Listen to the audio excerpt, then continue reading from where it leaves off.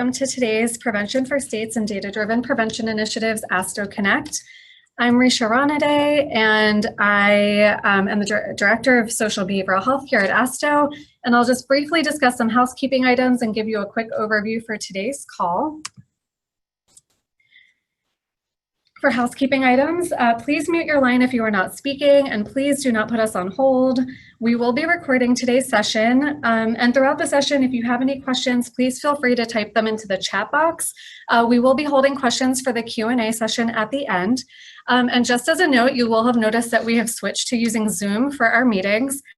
It is our first time using Zoom today, so if we do run into any technical difficulties, please do bear with us while we get them sorted out.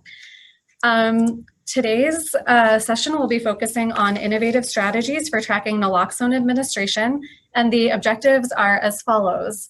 To facilitate state-to-state learning about approaches to tracking naloxone administration, to share resources, tips, and examples for success to support the tracking of naloxone administration, and to collect and address any technical assistance requests. And with that, I will turn it over to Dr. Sarah Bacon with CDC. Thank you, Risha, and hi, everyone. I think I have successfully unmuted myself. Can someone just quickly confirm that that is the case? Yes, we can hear you. Thank you. Just wanted to get that out of the way before I get too much further.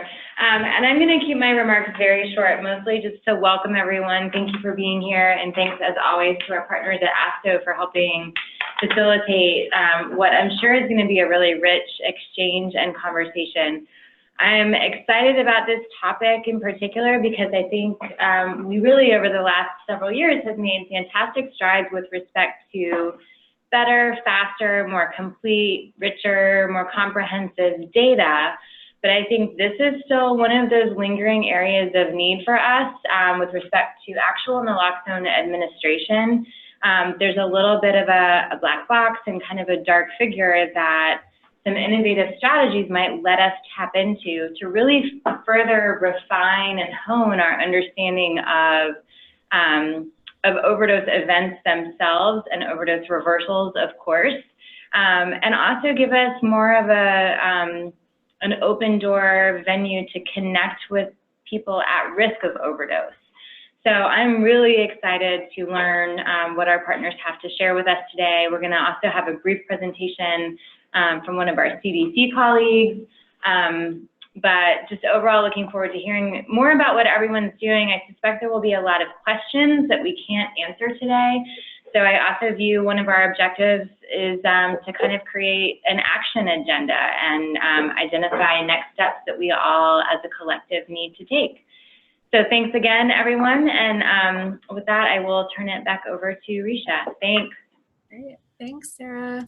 And so now we will be turning it over to Sally Thigpen with CDC to talk a little bit about a SAMHSA evaluation project that she has been leading. Take it away, Sally. Yeah, hi, thank you. Hello, everybody. Happy Friday. This is Sally Thigpen. I'm one of the evaluators that works on several of the opioid programs at CDC. And we are very fortunate to be working with SAMHSA right now on a naloxone distribution and education program that they're funding. So I wanted to share a little bit about what we're doing. We're early in the evaluation. And I'm going to skip around these slides a little bit because these were just slides I could quickly send for the discussion today that were pre-cleared, and some of this is just for information that only grantees would be interested in because it's more logistical. So I'm just going to skip around to get to the good stuff. So if you go to the next slide, it's a little bit about how SAMHSA and CDC are working together. SAMHSA is really leading this effort. It's their award, and we are helping with the qualitative evaluation portion of the work. So that's sort of how we work together. It's a really large team. There's a couple of contractors also involved. So we have a lot of great evaluation support going into this project. And on the next slide, it tells you a little bit about how this project has been awarded. We have 12 states that we're working with. And they've been tasked to do several things during this 5-year project. They've completed a needs assessment, which was really the purpose of that needs assessment was to identify high need communities. And that's been done, and they've already begun work in the communities that they identified through that assessment. And they are also sort of working, and much of the implementation of what they're doing is through their partners. And a lot of their training is going to those partners who are actually doing the distribution and administration of the naloxone in those high need communities. So they're mostly working with law enforcement, first responders, substance abuse treatment providers, and harm reduction. There are also part of the qualitative evaluation components are trying to tap into laypersons to get some perspective from that point of view as well. And the training that's being provided is really, each state is approaching training in very different ways depending on their context. So there are a lot of ways that the 12 states are evaluating the training. We'll talk a little bit about that as we move forward. And you know, I think that really it's about collaboration, and part of the evaluation is how are these states working with partners, where are barriers and where are facilitators, identify challenges, get a handle on how these states have overcome some of those challenges as they come up. And we are hoping to learn a lot about this. I am really thankful that Sarah invited me to come and sit in on this discussion, because we also in this project are finding administration data a real tricky thing. And I'll talk a little bit about some of the early things that we're noticing through this evaluation. So I think we're going to skip over the next couple of slides and go to slide 8. This is just stuff for, yeah. So keep going. Okay, so this is the goals that we have set in place for our work on this this project. We want to understand the impact of naloxone on overdose fatalities. And we were just talking to one of our higher level partners. He's a sort of a consultant that's working with SAMHSA and CDC on this, who is from New York. And he was talking about some really interesting data that's coming up in areas in New York where fentanyl has kind of leaped ahead of heroin as the main source of fatalities. And he was, you know, sharing a little bit about that with us. So we know that this is an issue that's changing, and so the response will be changing, and it changes quickly. So, you know, we're trying to understand how naloxone is impacting overdose. We should see that impact fairly quickly, we are assuming, ahead of time. However, we're also looking at how the administration of naloxone also has to change as this epidemic changes very quickly. Again, I already mentioned we're looking at barriers and facilitators, and a lot of how partners are working together and how they're finding symmetry.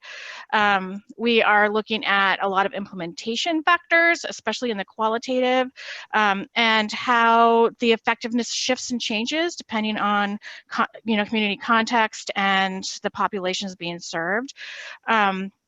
And of course, a goal that we all have is to identify those best practices so that others can learn from the great work that's going on and move forward in a way that will have more impact. So the next slide, let me make sure, yep, we're going to go to the next slide.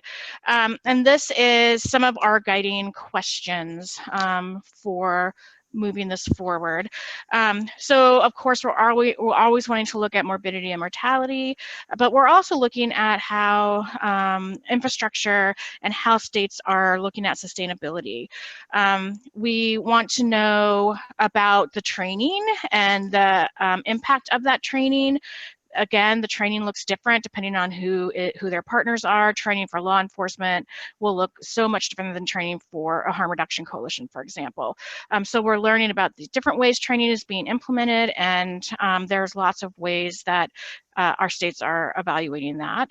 And of course, we're always looking at how those partnerships work what works well there, where the greatest efficiencies across partners lie, so that we can learn as much as possible and better our own partnerships. If we move forward a couple of slides to slide 12, I just thought you all would be interested in seeing some of the ways that we're measuring. These are the long-term outcomes. So as you see, our administration outcome measures are pretty typical. I think a lot of folks are collecting this kind of data. One thing that we're finding really challenging is what happens at administration and after. And when these slides were created, which was for the first grantees meeting about 1.5 years ago, we weren't real sure yet. We hadn't really worked out with our grantees and our other partners how we wanted to measure the outcome of an administration.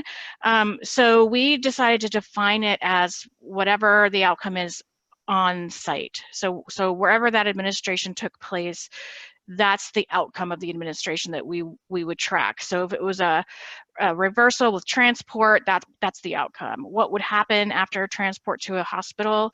It's just really hard to get at that data. So it's just not part of the questions that we're asking for this study.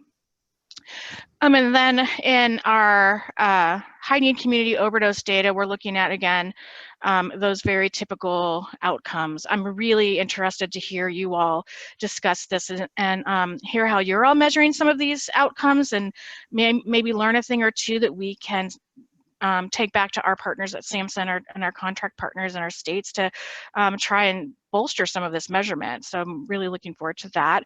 The next slide sort of talks about short-term outcomes for the training.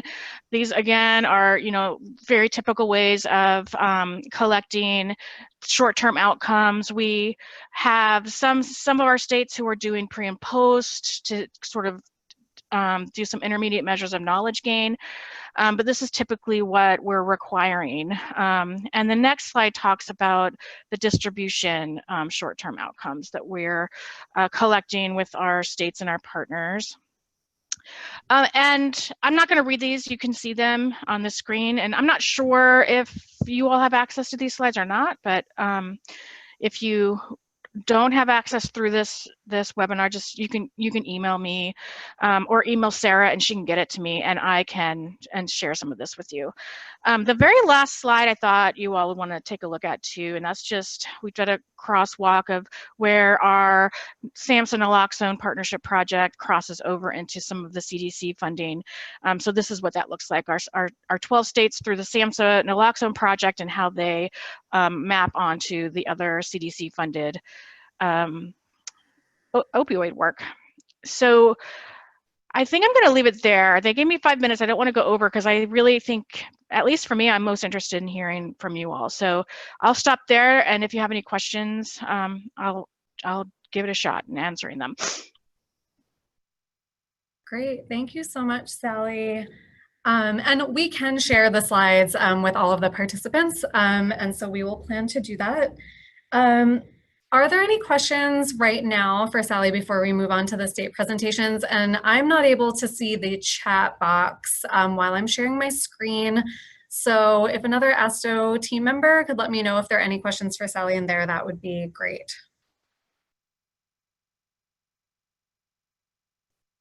Hi, Risha, I don't see any questions. Okay, great. Thanks so much, Jess. All right, so we will now be moving into our state presentations.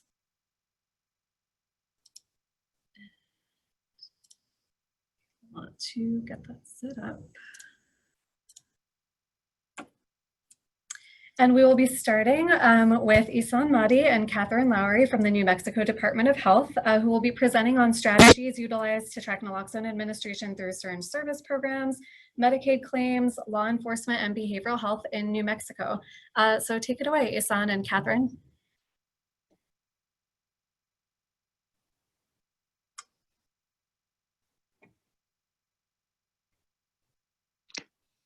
Hello, everybody. I think Catherine is still mute.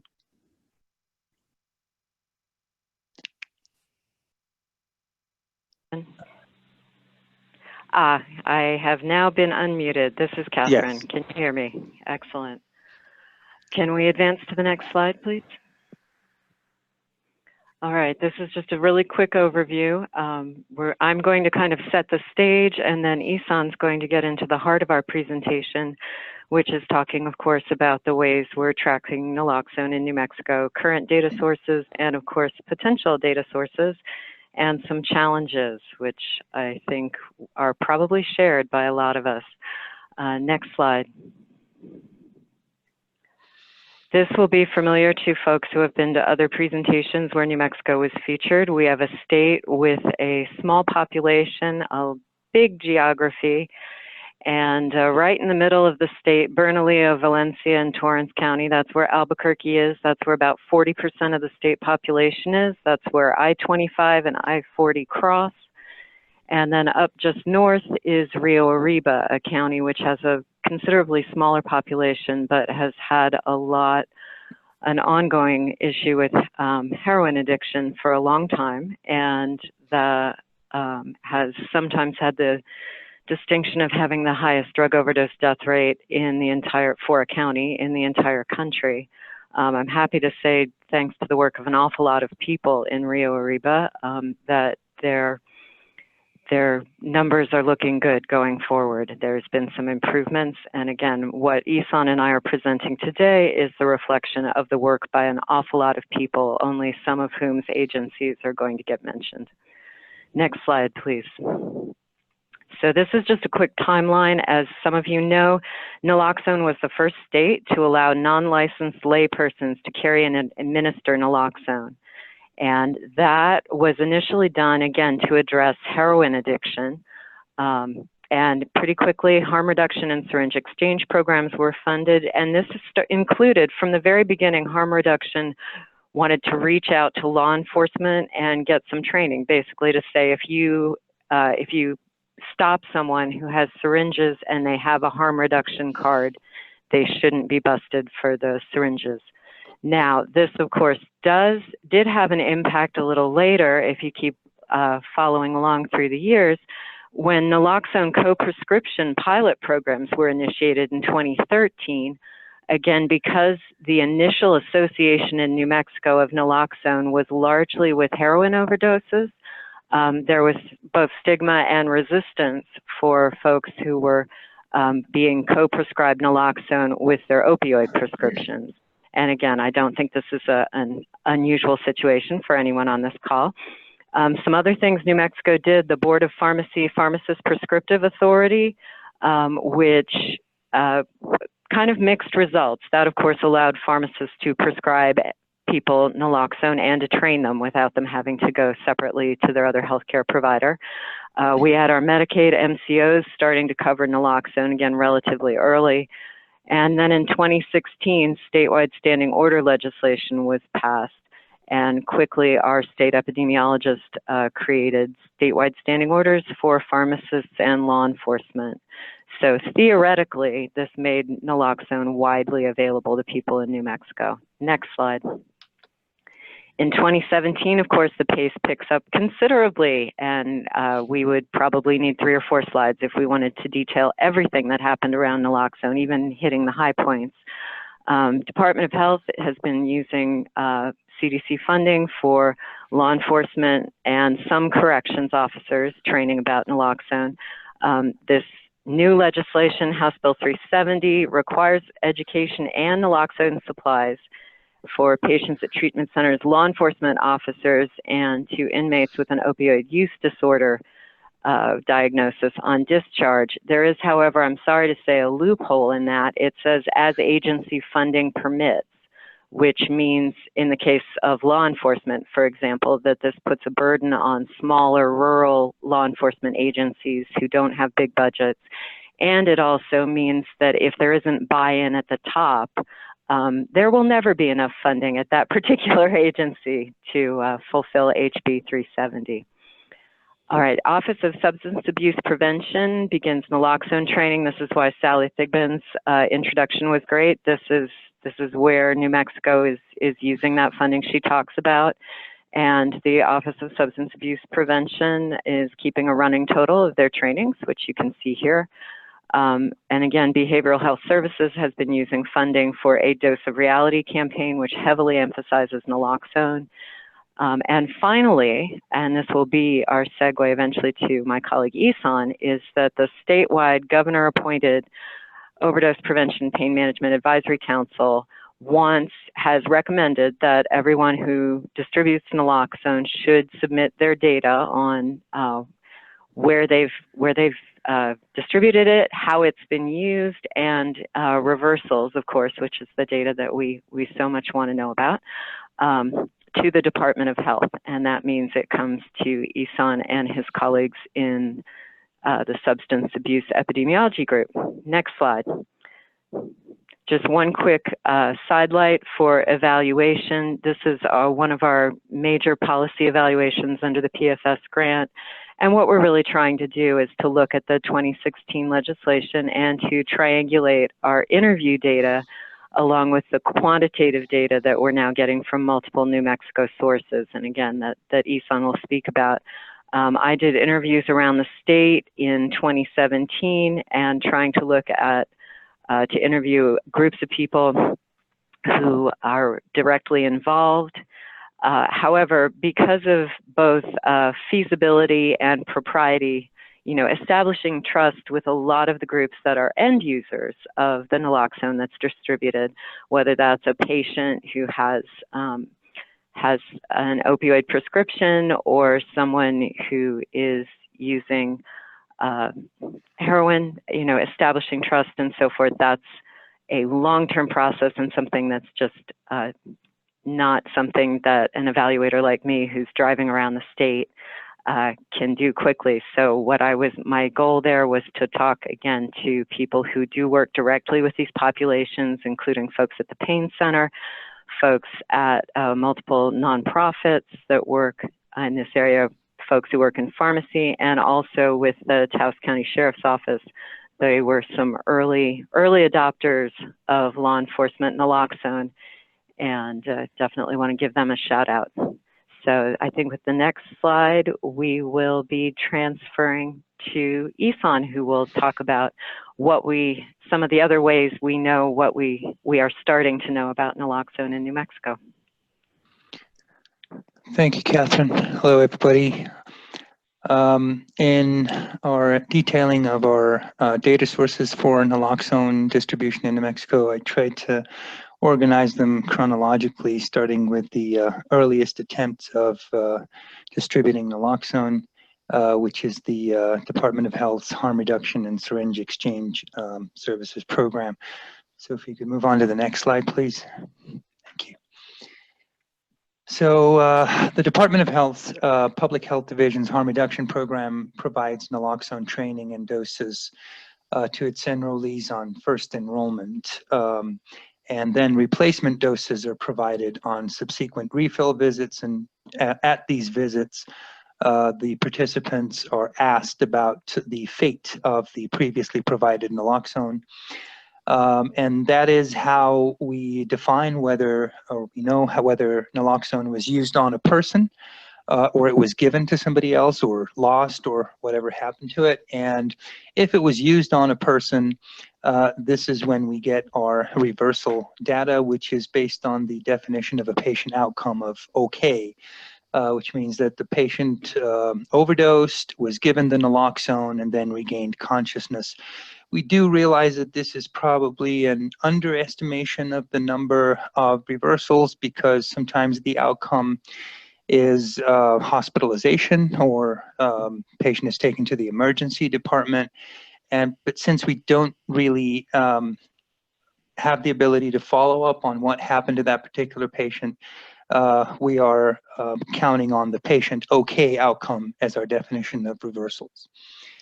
So the data provided by the Harm Reduction Program includes information on the county of residence of the enrollees, the people who received the training and the naloxone kits, the number of first enrollment visits and the number of refill visits and the naloxone doses provided at each, and of course a combination of both. Like I said, during the refill visits, we collect information on incidents where naloxone was used on a person, what was the outcome of that use, and the incidents where 911 was called.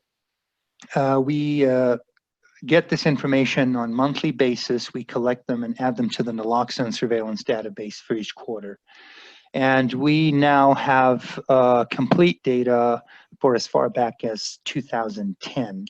The harm reduction program started, of course, much earlier than that, but we're trying to compile data prior to 2010. What we have available right now only goes back as far as that year. Next slide, please. So the other source of tracking naloxone distribution would be the claims submitted to Medicaid from retail pharmacies. And we get this information from Medicaid at the end of each month. And the Medicaid reports, of course, have data on the number of claims submitted, the naloxone doses sold, the pharmacies' names and addresses, the counties where the naloxone was purchased, and the counties where the naloxone recipient resides, and of course information on prescribers as well. The naloxone-related data are again fed into the surveillance database each quarter, and we have complete data from Medicaid going as far back as the fourth quarter of 2013. Next slide, please. Law enforcement agencies, some of them in New Mexico, a number which we are glad to see that is progressively increasing, have some of their officers trained on the use of naloxone and also carry naloxone while they're on active duty. And we have compiled a list of all of these agencies whose officers are trained on and are carrying naloxone. So these agencies have been requested to report to us their naloxone use data, and those that have been responding provide information on the county of the overdose occurrence, the number of naloxone doses used, the outcome of the use. Again, we use the patient outcome OK as our definition of reversal. Also the date of the overdose and the types of drugs involved in the incident. And this information, again, is fed into a comprehensive, all-inclusive surveillance database each quarter. And we have information going as far back as 2015. Next slide, please. And of course, we have our colleagues at the Human Services Department, BHSD's OSAP, or Office of Substance Abuse Prevention, who provide naloxone training and doses under 3 funding streams, 2 of which are SAMHSA grants, the PDO and the STR, and the 3rd funding stream is using the state general funds. OSAP reports data on naloxone training sessions, the number of people trained, and the doses of naloxone distributed. We're hoping in the future that their data collection would also include something on reversals. And again, the reported data are added to the same surveillance database. Next slide, please. So this is a slide that demonstrates the number of total people trained and the total reported reversals by county. I think it's pretty much self-explanatory. If you have any questions about it, please feel free to ask.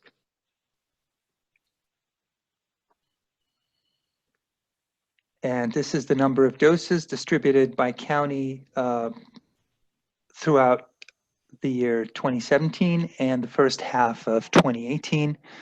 And here the number of doses distributed is reflected in the size of the box. So as you can see, Bernalillo has had the largest share of naloxone. Santa Fe, Doniana, and Rio Arriba being the counties that are covered under the PDO SAMHSA grant also have a large number of naloxone doses distributed. Again, if you have any questions about it.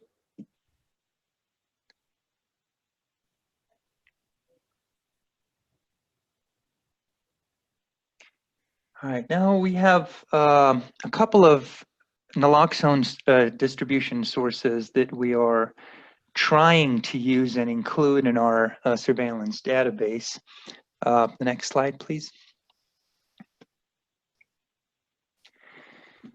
So the first source would be the chain retail pharmacies. So we've been contacting major chain retail pharmacies in the state, asking them to provide us with their naloxone distribution data on a quarterly basis. And 5 of those chains have responded.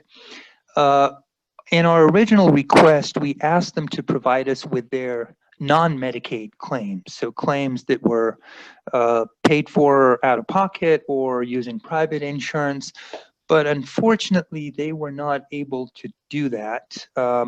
Those chain retailers have their claims data and payment data processed through a third-party company. I couldn't get in contact with that third-party company. The person of contact with whom I corresponded from the chain couldn't really provide me with anything but the whole naloxone claims. They couldn't really separate it by type of insurance. And this is the main issue we're having with this, and that's why chain retail pharmacies data is still a work in progress, because like I said, they include claims that were paid for by Medicaid and others, and we already get the Medicaid data, so there would be a risk of double counting. So until we can develop a way to distinguish the Medicaid from the non-Medicaid claims, we're still not adding the information that we get from retail pharmacies. The other source would be the emergency medical services, or the EMS data. Now this is part of what I do also as the morbidity epi for the Department of Health, is that I analyze and process the EMS data for the CDC ESOS grant. And of course, that data also contains information on naloxone distribution.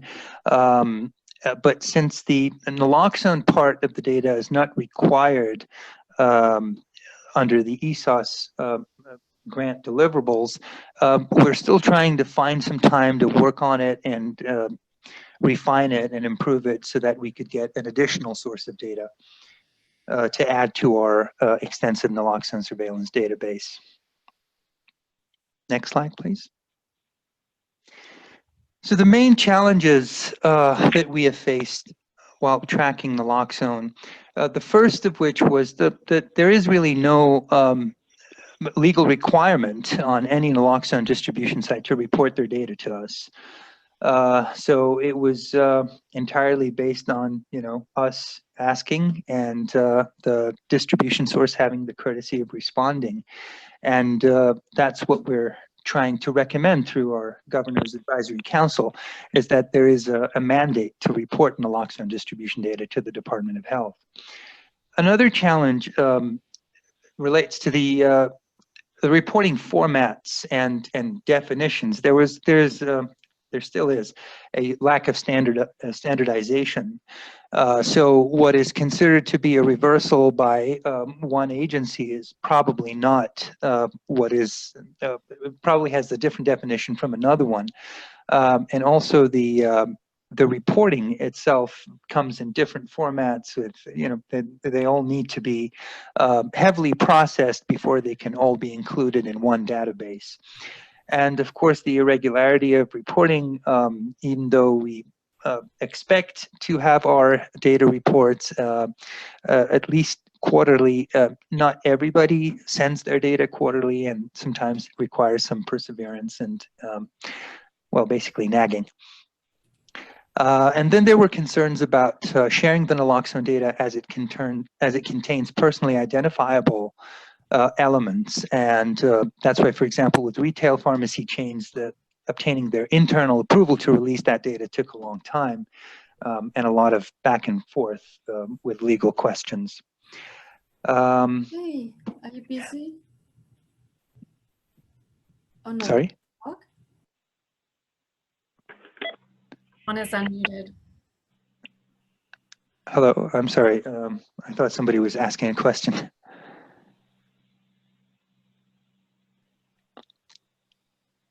Hello? Can you guys hear me? We can hear I you. can hear you, Oh, Ethan. Yeah, it did Alright. sound like somebody crossed a line, or maybe they were speaking with the volume not turned up. Oh, okay. All right. Well, that sort of concludes my part. Thank you all very much. And if you have any questions, please go ahead.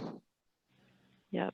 The next slide has our email if you want to reach out to us. I'm afraid I have to run to drive to Albuquerque, so I will look forward to seeing the slides.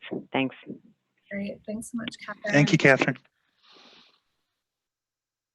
Great. Isan, are you able to stay on for just a couple of minutes? Yeah, absolutely. Go ahead.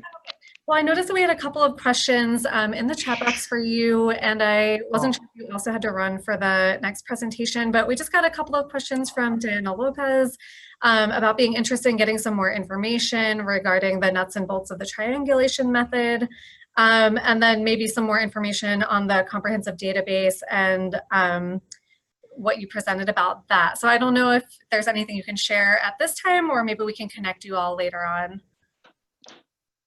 Sure. I'm trying to look at the questions. So I see the triangulation plan.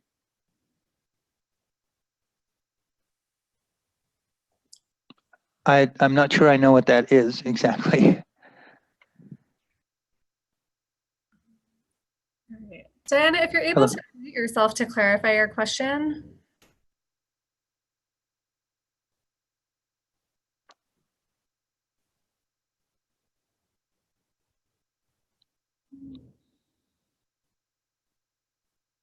Okay, maybe what we can do is hold those for the end and move on to our next presentation for now. So thank you so much, Isan, that was wonderful. And so next we'll be moving on to hear from Sarah Kingston from the, Susan Kingston from the University of Washington to discuss efforts about or on tracking naloxone administration and how the tracking data are being utilized in Washington. Great, thank you all very much. Take it away, Susan. Okay, how's my sound? Great. Okay, so our PDO, much of what Isan just presented from New Mexico is very similar to Washington State in terms of our broader data collection efforts. Our timelines are similar with the exception that we have had syringe exchange in Washington State for about 3 decades now. And so if you want to go to the next slide, that we've structured our PDO grant specifically and primarily for distribution through our syringe exchange network, which is over 25 syringe exchanges, but we are right now working with at least 15 of them around the state. And our intention was to use naloxone as a tool to really help position syringe exchanges as what we call Amazon fulfillment centers in their region, so that they become the centers of excellence and technical expertise around overdose prevention and naloxone. And that by positioning them as these fulfillment centers, we therefore help to sort of cultivate and strengthen relationships with other stakeholders in their areas, such as law enforcement, criminal justice, and treatment providers. So even though I coordinate the naloxone the ordering and the shipping sort of here at the University of Washington, the real work happens out in the field.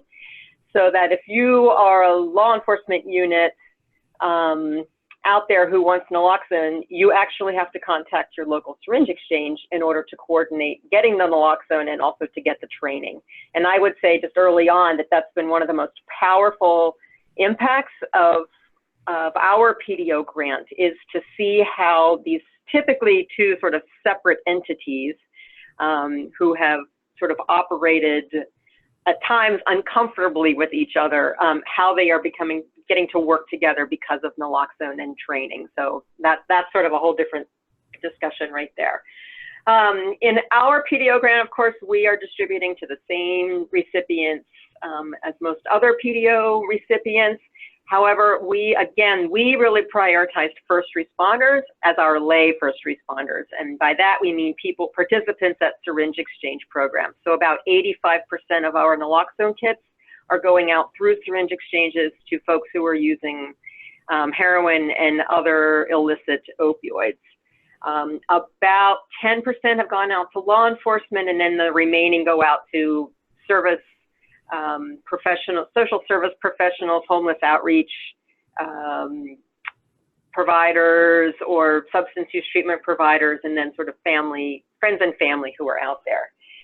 When we distribute the naloxone, we we do a baseline survey with all participants, be that law enforcement or a homeless outreach worker or a syringe exchange participant. And all of those, with the exception of law enforcement, everyone receives an anonymous participant ID code. And that enables us to track their personal naloxone activity over time. And so we can tell how long how many of those people, after they received a naloxone kit, how many have come back for a refill? How long has it taken for that refill? How long has it been between refills? And how long is it taking in order for that person to engage in naloxone administration? So it's been very rich data. It's also been, again, an interesting challenge for some of the syringe exchanges who were not previously collecting participant ID. They weren't assigning participants an ID code in order to participate in syringe exchange services. Most of them were not collecting unique information about their participants, and we sort of pushed that a little bit. To the point now where a lot of the syringe exchanges are beginning to see the value in having that kind of data, and they've actually switched over to using participant IDs for their syringe exchange visits and utilization data. I'll give you an example of one syringe exchange who's now able to see that it takes on average 4 syringe exchange visits for a person to walk out with their first naloxone kit. And that was information they didn't have before. So now they are asking the question, is it because we are so busy we don't have time to ask people about naloxone? Is it because we forget to do it? Does it take 4 visits for people to establish enough trust in order to say yes to a naloxone kit? It's been very valuable for them. So I focused, whereas New Mexico was pretty high level, I'm going to get down into the weeds and actually show you the naloxone administration tools that we are using for lay responders and for professional first responders. So the next slide begins to show you the survey tool that we use. Anytime somebody comes back to the syringe exchange for a refill, we can track that by their participant ID code, which you can see in the upper right-hand corner. We can track where that refill is happening and why that person is coming back for a refill. So whether it's lost, stolen, given away, or if it's used in an overdose. And if it is, then we collect a lot of information about the overdose, the zip code where the overdose happened, the kind of place, who was the person who overdosed at the scene. And then we also can track 911 calls. If 911 was called, and if so, did the person wake up before professional first responders are there? And if they did not call 911, what was the main reason? When we started naloxone distribution, even before the PDO grant with some pilot money with our exchanges, usually the exchanges would report about a 50 to 60% of people who would say that they would call 911. Once we've gotten naloxone going in syringe exchanges, that percentage has consistently remained around 40%. And by far, the number one reason people say they don't call 911 is because they believe they've got the situation handled. They reversed the overdose, or they were familiar with the situation and they could handle it. It has not, even though the second reason is fear of law enforcement involvement, it has not been the primary driver. It's because people feel like they've got the resources they need to take care of the situation. Okay, so next slide, we're again collecting information about what happened at the overdose, who gave the naloxone at the scene, and if it was the person who's coming in for the refill, we ask them where they got that naloxone, because it may not have been at the syringe exchange where they're reporting, where they're coming for a refill, the type of naloxone, how many doses they've given, and then how many times have they ever administered naloxone to someone in an overdose. And what we are finding pretty consistently in almost two years now of this PDO grant is that about half of our overdoses, about half of our layperson reversals are with people who have never had naloxone before or have never done an overdose reversal, which is valuable information. It shows us that we're reaching more broadly within the community, and we're not just reaching those sort of consistent heroes out there. And that's encouraging data for us. Okay, next slide. So we also ask, what else did you do with the person in addition to administering naloxone? This helps us track whether we need to adjust our training in any way, largely because we want to make sure people aren't doing the wrong things, or at least things that are unhelpful, like the ice up the butt and the throwing them in a bathtub or in a shower, or shooting them up with methamphetamine. And we're happy to see that those percentages of people doing those things remains pretty low, and that's encouraging. The next section here is a little bit unique, we think, because we have a higher agenda here of work helping to facilitate relationships with law enforcement and syringe exchange. We go a step further to actually find out, in addition to what was the outcome of the naloxone administration, did the person live, were they transported, did they pass away? If they report that police or EMS were on the scene, we ask them about their interaction with those first responders to find out if they had a positive interaction, a mix, if it was negative or if it was mixed, and then what were the main reasons why it was negative or a mixed reaction. And we are able to use this data about, how do people who are using drugs in particular counties and areas are viewing law enforcement, and then we can take a look at what law enforcement from those same areas say about what they are feeling about their interactions with people who use drugs in their areas. And we can, we're doing some interesting comparisons there to see what's happening. And we're just now getting into some good data about that. So that is the naloxone administration for laypersons. The next slide shows you the report form that we use for law enforcement. We collect a case number, where the overdose has happened, the date, time of arrival. Our lead evaluator, Dr. Caleb Banta-Green, has done extensive evaluation work with Seattle Police Department around naloxone, and he's very interested in this time to response relationship between how long it takes for police to arrive or EMS to arrive, who gets there first, how long it takes the second to get there, and what impact might that have on utilization rates of naloxone or cost effectiveness of naloxone. For example, Seattle Police Department, except for bike cops who are working the downtown core where the majority of overdoses happen, Seattle Police Department does not carry naloxone because EMS response times are so quick, and they deemed it not really cost effective to equip Seattle Police Department, except those who are out on foot or on bikes, who might be able to find somebody on scene. So that's another example of how we're looking at using this data.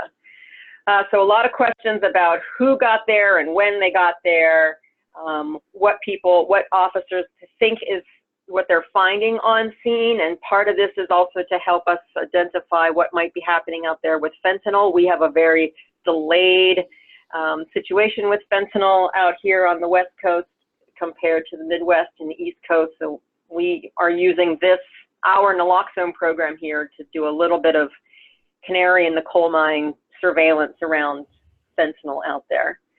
Next slide, please.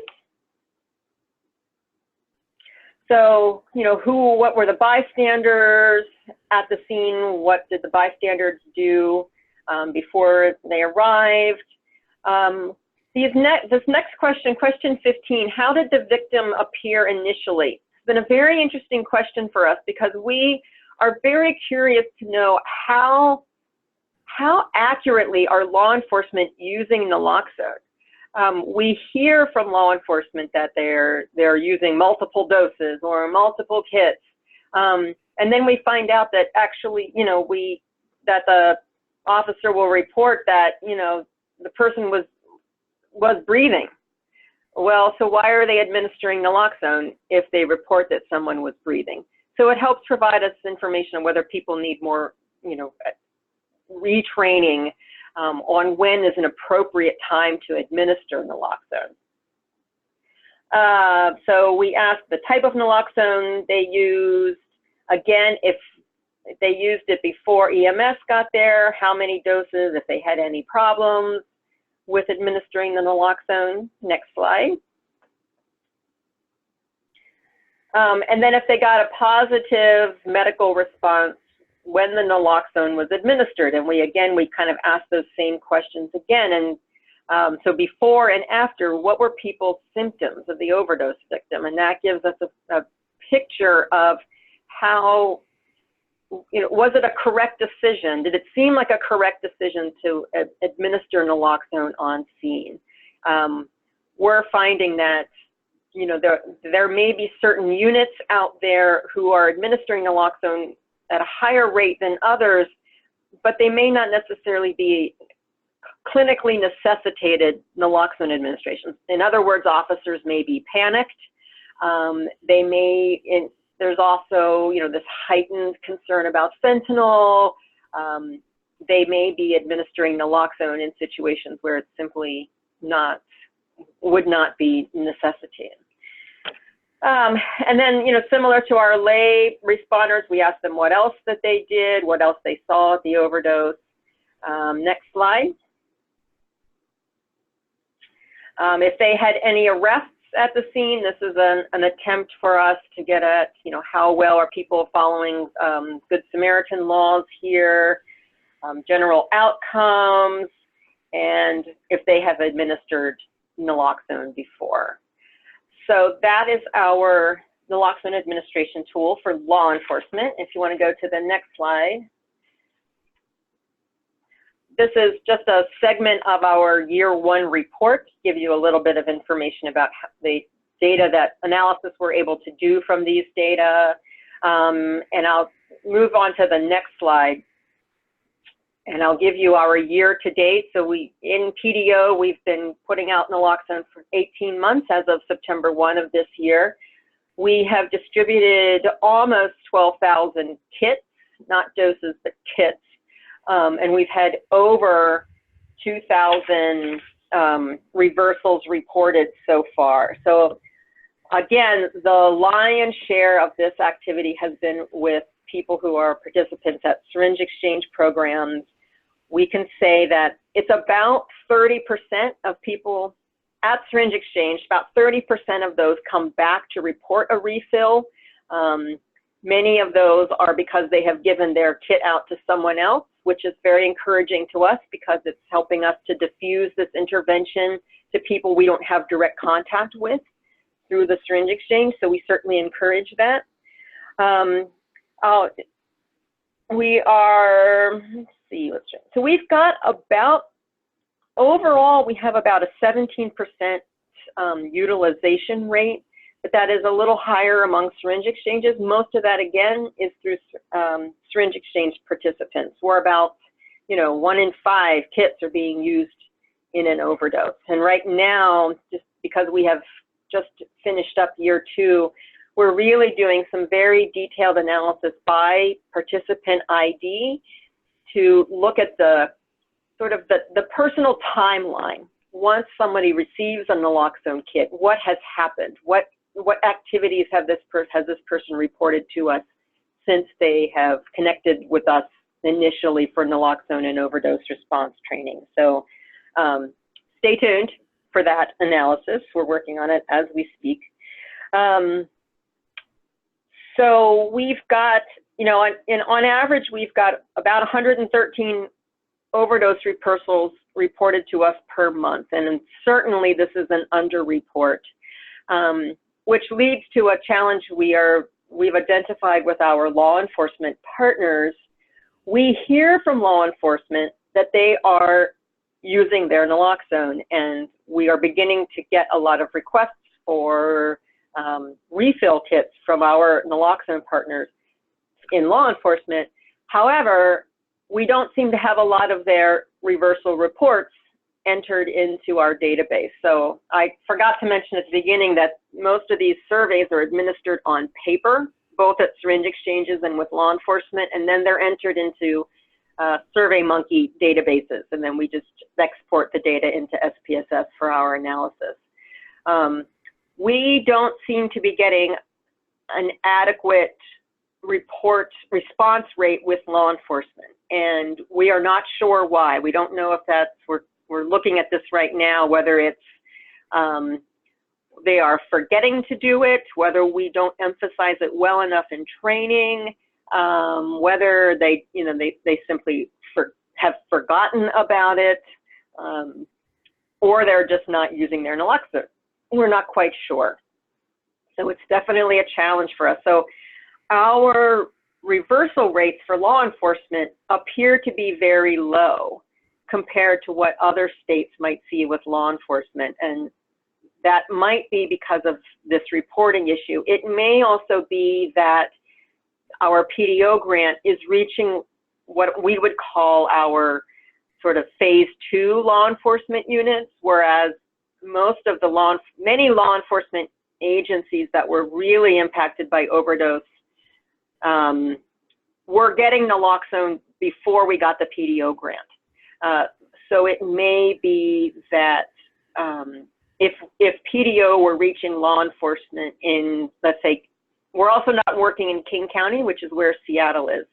If we were working in different counties or reaching different law enforcement units, maybe that number would go up.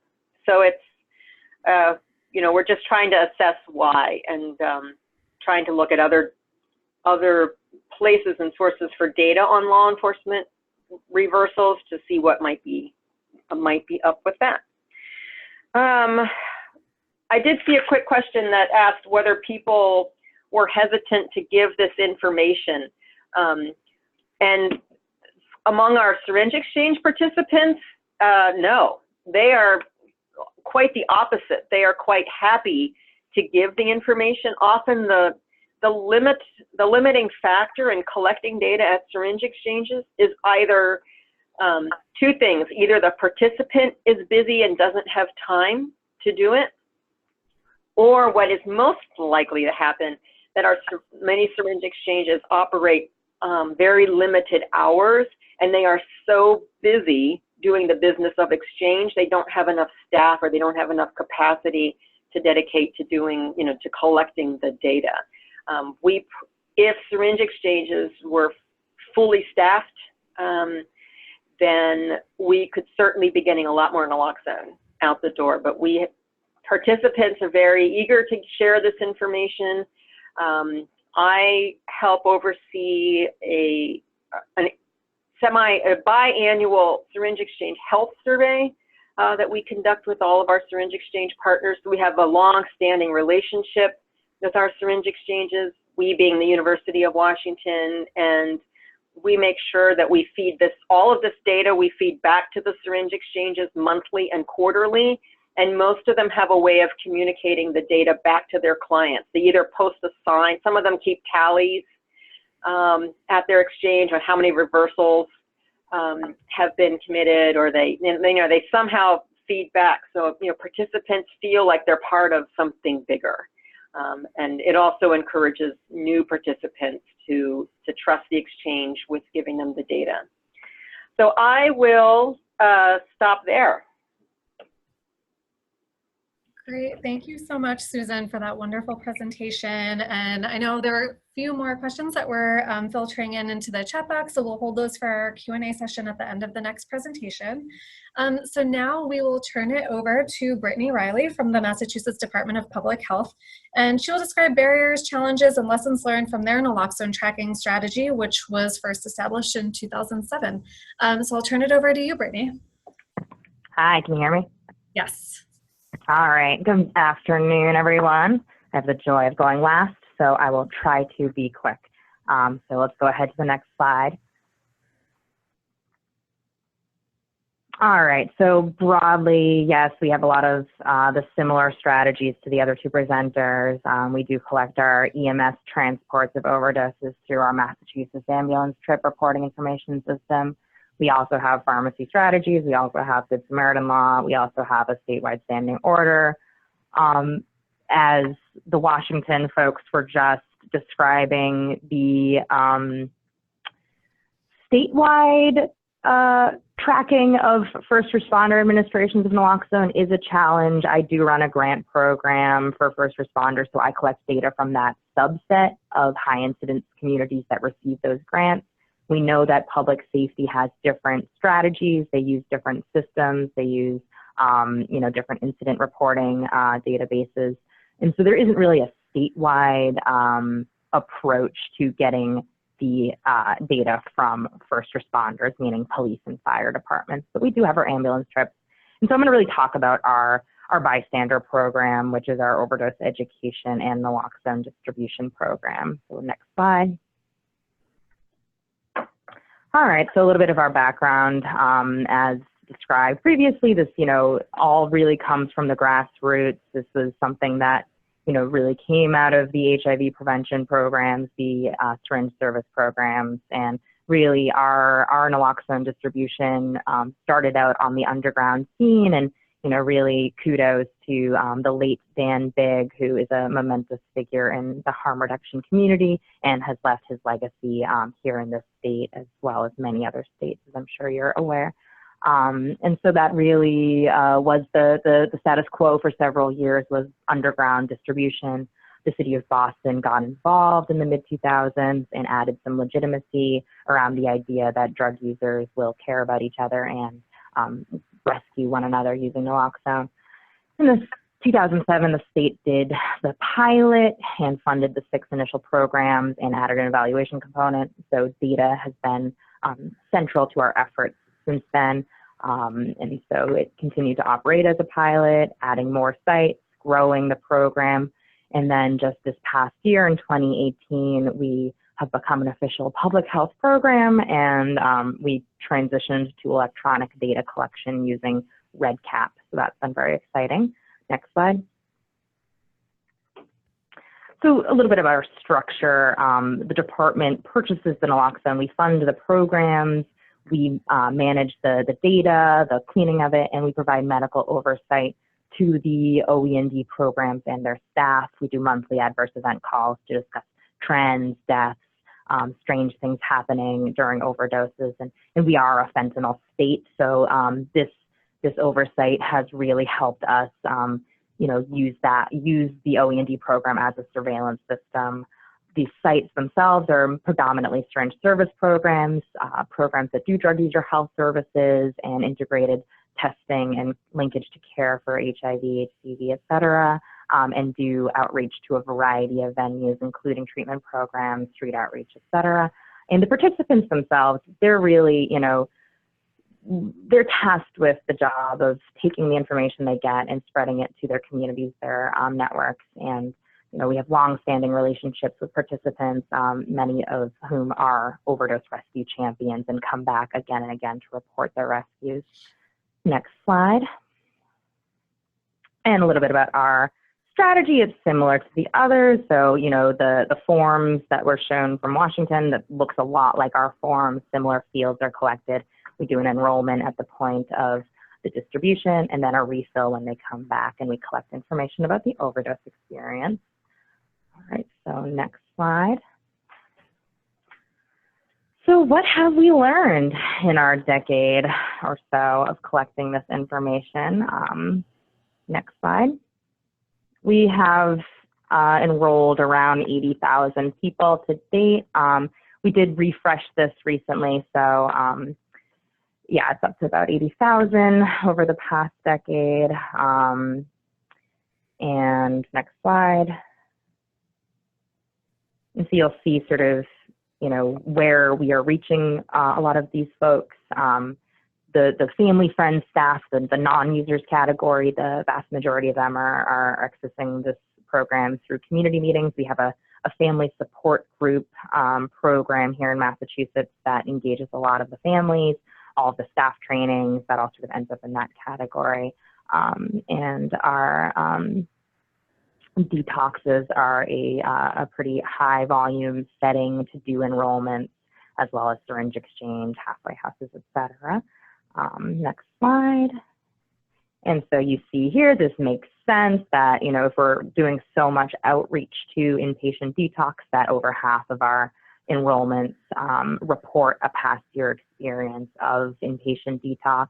About 25% are reporting a past year experience of incarceration, and around 37% are reporting a past year experience of homelessness. So, you know, that's, we feel confident that we're reaching, you know, a pretty high risk group of individuals. And so this is just, you know, a sample of the demographics we collect at the point of enrollment. Next slide. As far as our refills and rescues, and this is where, you know, we collect all of our information about the rescue experience and the reason for refill. You know, about 41% of the reason for the refill is listed as being it was used in an overdose. We have collected over 18,000 rescue reports to date with the updated data that we've recently collected. The next most common reason for requesting a refill is it was given away, what we sort of discuss as being secondary distribution. They gave the Narcan they got from one of our programs to a friend or someone who needed it. So we see that as valuable and believe that that's, you know, we really encourage when they report that they help, that they go out of their way to bring that person in for all of the other wraparound services, the testing, the syringe exchange, et cetera. And a note about this data is that of the around 18,000 rescues, about 97% of those individuals who reported rescuing reported that the person they rescued did in fact live. So we feel good about that. Next slide. So who overdosed? The bystander reports that about 60% of the time it's their friend who overdosed, and then partner, family on down from there. Where the rescue attempt occurred, we see that it's about 60% of the time occurring in a private setting, which really helps us to, you know, develop strategies that are data-driven, and you know, we try to come up with a way to reach out to people who are overdosing in private settings rather than public settings. So that has helped us to come up with, you know, programs like post-overdose follow-up visits and strategies such as that. Next slide. And so again, we are a fentanyl state, so we have seen the time it takes for the naloxone to take effect. It's kind of gone up over time. You know, we were sort of in that comfortable 1 to 3, 3 to 5 minutes for quite some time, but in the last few years, you know, it is taking a little bit longer. And so, you know, we see how that has changed with the impact of fentanyl. And so we are seeing that, you know, typically 2 doses is an effective amount here in Massachusetts. Next slide. As far as help seeking goes, we define help seeking to mean they either call 911 or a first responder was present. So half of the time they are engaging in help seeking. And so, you know, that is also a number we have watched grow over time, and people are, you know, feeling more comfortable calling 911. We think, you know, due to things like the Good Samaritan law. So that's been something for us to monitor, and we have looked into demographics. Are there different, you know, variables that impact health seeking. We didn't really find a lot of difference in the demographics of the individuals who are calling 911. And again, the idea of people who use drugs care about each other. We see that here in the data that 83% of the time they're staying with the person until help arrives or until the Narcan wore off. And we do collect text box fields as well, and that helps us to sort of look a little more into the stories where they have a warrant, so they had to leave. So we've been able to do some more analysis about some of those cases. All right, next slide. And as far as the interaction with police, EMTs, firefighters, as mentioned in Washington, this is important to collect. So, the 40% of the time it's neutral, 37% of the time it's positive. So again, that's something that, we can keep working on and keep really encouraging our public safety community to do better with. Next slide. And, again, speaking to the idea of myth busting, and there's sort of this idea that people after they receive naloxone, they come out swinging, and that just really hasn't held up in our data. Only 3% of the time have we seen people be physically combative. Sure, there's a moderate 20-25% of the time they're irritable or angry, but physically combative is really low. And dope sick is really one of the most common of the post-naloxone withdrawal symptoms. Next slide.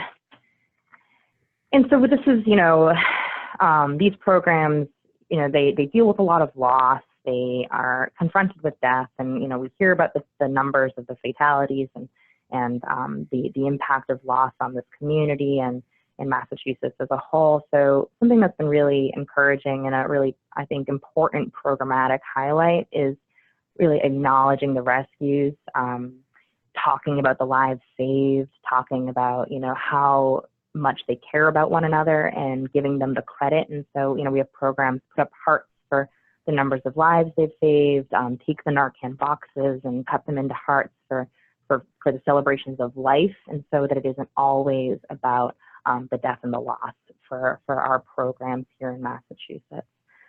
And so next slide. Of course, acknowledging our literature, our data we have used to contribute to the field and to the literature. So here's just a sample of different papers that support overdose education and naloxone distribution programs, several of which have used the Massachusetts database to contribute to the field. So I tried to be concise and hopefully got it to about 10 minutes. And so we can go to the next slide. And I am happy to hand it over to you all. Great, thanks so much, Brittany. So wonderful presentation. And I'm going to see, okay, here we go. So I know we've had questions rolling in throughout, and so I'm going to run through these kind of going in reverse order. So our last question was from Kate Erickson, saying, I'm interested in the choice of overdose champion as opposed to overdose survivor. Can you say more about that? Yeah, so I think I'm still unmuted, right? Yes. Okay. Yes, so our reports are bystander reports, so we don't collect any data about or from the perspective of the person who survived. We do have some individuals who they were the ones who overdosed, and they do bring in a report and say, hey, I overdosed, I need more naloxone, here's what I think happened. But our database is based on the experience of the rescuer.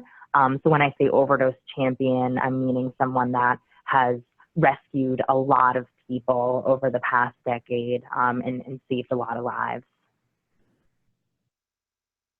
Great, thanks so much.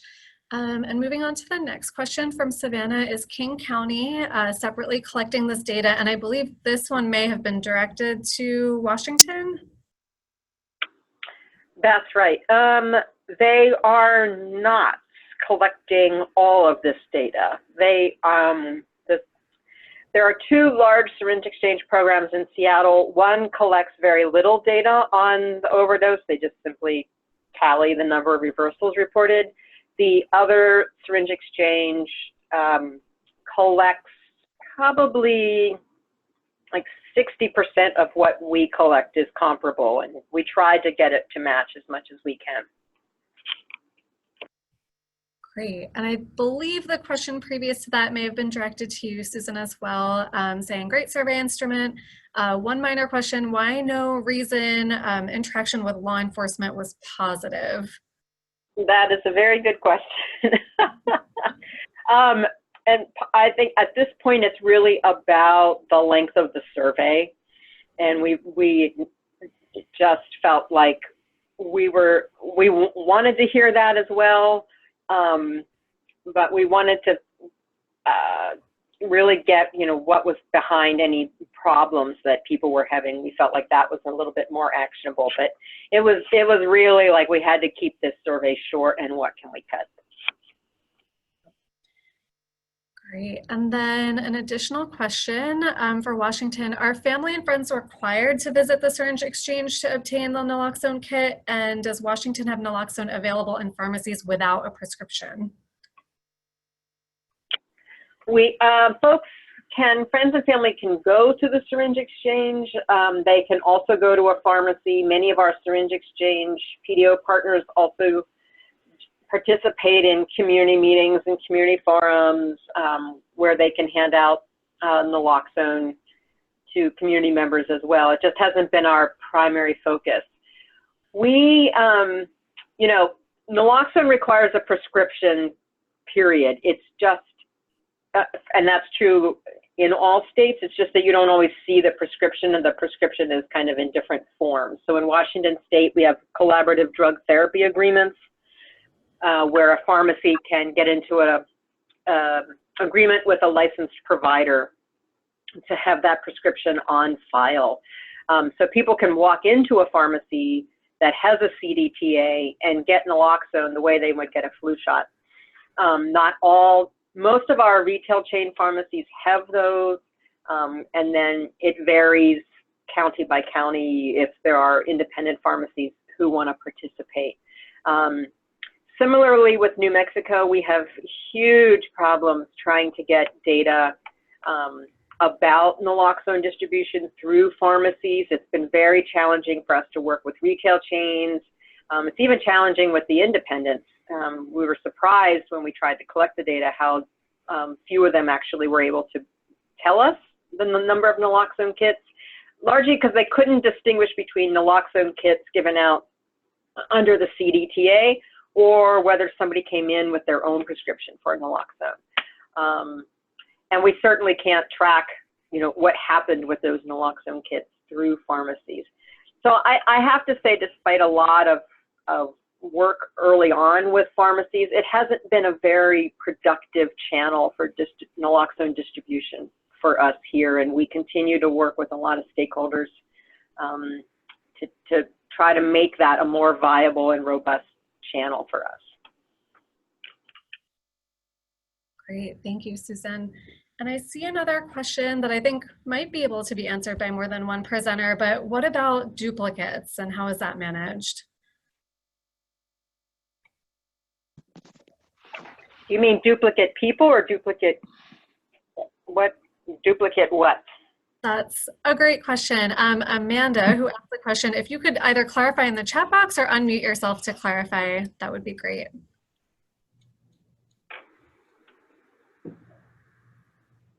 And while we're waiting, we got a question I believe was also for you, Susan. Do you capture response rates?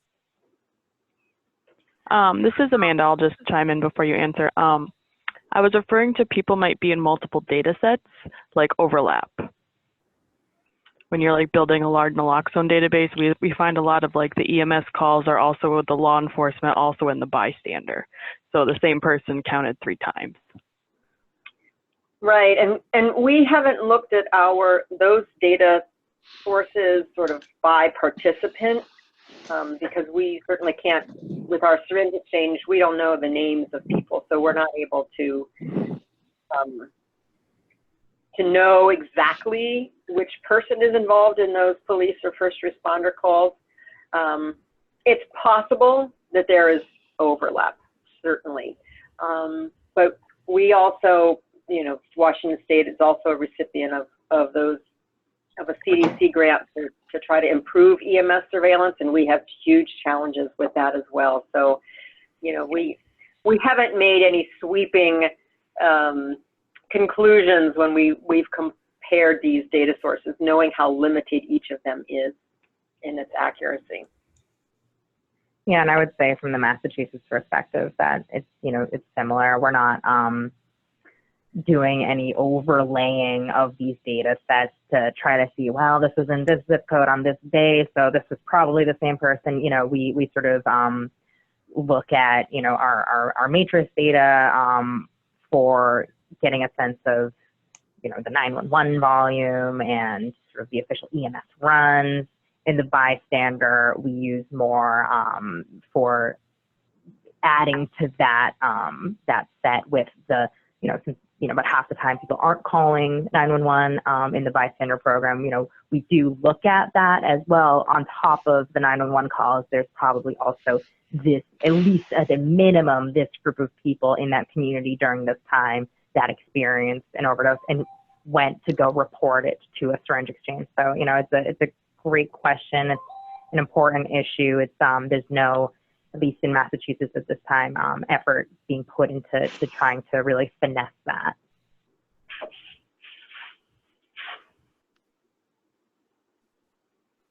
Great, thank you, Susan and Brittany. And then the last question that we had received about capturing response rates. Oh, right. So we, in Washington State, what we've found is that, you know, about 30% of our syringe exchange participants have come in so far for a refill. The other survey that we implemented in the first 2 years of our grant was a 30-day follow-up survey where we attempted to capture people approximately 1 or 2 months after they got their naloxone kit to find out what they did with the kit in that first month or so, and you know, whether they talked with somebody else about what they learned, did they share information or resources or their naloxone kit, and with whom. And in those, and we incentivized those with our syringe exchange participants with a $10 gift card. And we got about a 25% response rate on those. And it's a difficult group, you know, it's just convenience sampling at syringe exchanges. So it's based on, you know, how often people are going to show up. And so it's imperfect. We're not going to continue that for the remainder of the PDO grant. We feel like we've got the information we need from it. But it's always a challenging population to get high response rates from.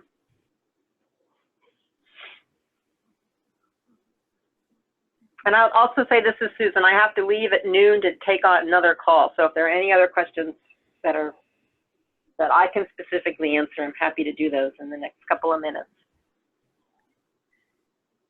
Thanks, Susan. I do see a question here around when utilizing pharmacy data, how do you track administration versus just distribution? For us in New Mexico, it's just distribution. Okay. Same thing in Massachusetts. We can only track dispensing of naloxone from the pharmacy. Okay. Great. Does anyone else have any other questions at this time for our presenters? You can either take yourself off of mute or chat a question into the chat box. I see a question about the retail pharmacy chains that were open to sharing claims. Yes. Yeah, so we currently have reports from 5 major chains: Walgreens, Walmart, Smith's, CVS, and Albertsons. Great. Thank you, Isan. Sure. All right, and it looks like Diana will be able to connect directly with Catherine, and we'll make sure that we can assist with that as needed. So we had originally planned to have some time available to do some focused discussion around a couple of different topic areas, kind of a different way of approaching what we normally do as breakout sessions. However, we had a lot of great interaction on the call thus far. People had a lot of questions, and we wanted to make sure that you would have time to hear from all of our presenters today. And so what we can do is look for ways to continue that conversation in the future. And what I'll ask is, if you're interested in continuing to discuss this topic in some form, if you can just chat into the chat box, yes or no, and we can kind of track things that way. And then, as usual, if you could please take some time, how to effective. If you can please take our evaluation, it really helps us plan for future sessions. A big thank you to all of our presenters for today.